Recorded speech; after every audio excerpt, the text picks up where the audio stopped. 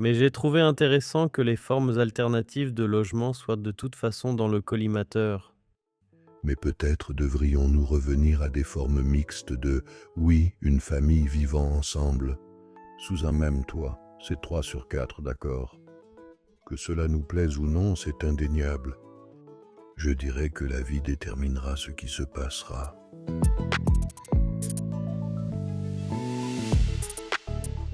La deuxième grande partie de l'enquête portait sur la vie.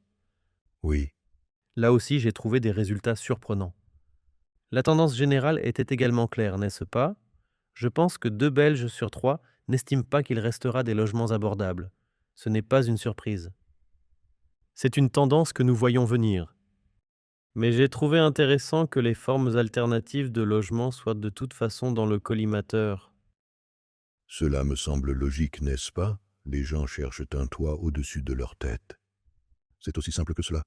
Et c'est alors que les gens commencent facilement à s'intéresser aux formes alternatives. Bien sûr, la question est aussi de savoir si ces formes alternatives trouveront leur chemin. Je pense qu'elles resteront marginales.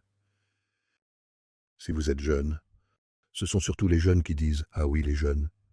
Les appartements petits, que peux-je en dire? Une fois qu'on a une famille avec enfants, on doit naviguer sur son propre bateau sans autre savoir. On s'oriente alors davantage vers des modèles plus classiques. Ce qui est surprenant dans l'enquête, je pense, c'est que les gens disent à un moment donné, à l'habitation, je crois que les 3/4 des personnes qui disent « oui », mais peut-être devrions-nous revenir à des formes mixtes de « oui, une famille vivant ensemble », sous un même toit. C'est 3 sur 4, d'accord. Cela reflète donc les préoccupations d'un grand nombre de jeunes. Oui, et en soi, ce n'est plus un choix illogique, lol, ce qu'il a été pendant très longtemps. Oui, ne serait-ce que pour maintenir votre niveau de vie que vous devriez en fait, oui, recommencer à vivre ensemble, sous un même toit. Et c'est peut-être ce qui se profile à l'horizon pour certaines familles. Oui, je pense qu'il ne faut pas chercher bien loin. Si vous regardez l'Europe du Sud, par exemple, c'est C'est la encore la norme, norme, n'est-ce n'est-ce pas? pas? C'est vrai. Je pense qu'il n'y a rien de mal à cela. Non, J'ai également lu un article sur le revillage.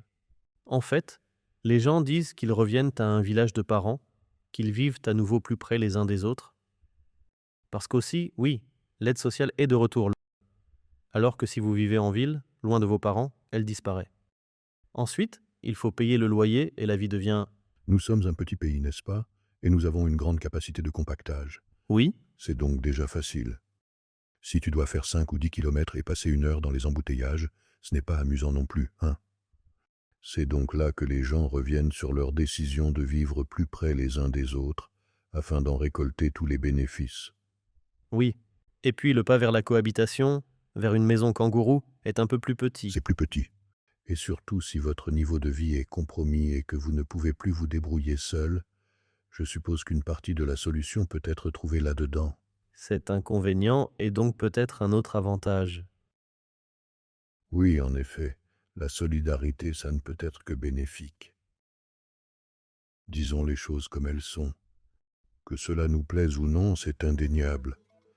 Je dirais que la vie déterminera ce qui se passera.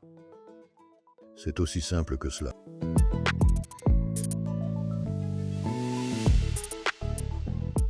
Il est peut-être intéressant de noter qu'un autre détail de cette enquête concerne la location-vente.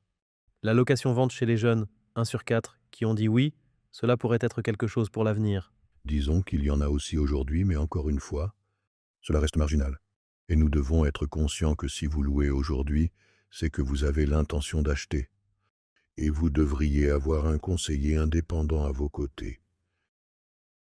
Car après tout, si vous dites oui, le loyer que vous avez payé est admissible et nous le déduirons du prix demandé à un moment donné ou du prix d'achat, d'accord, alors vous avez payé pour cela. C'est aussi simple que cela. Et les gens vont aussi commencer à traduire cela mathématiquement en prix, c'est fait. Oui, encore une fois, il est essentiel d'obtenir de bons conseils, car sans eux, les personnes se mettent à rêver et à croire en toutes les possibilités qui s'offrent à elles. Mais les bons conseils peuvent les aider à prendre des mesures simples. Mais de bons conseils peuvent les aider à prendre des mesures simples pour atteindre leur objectif.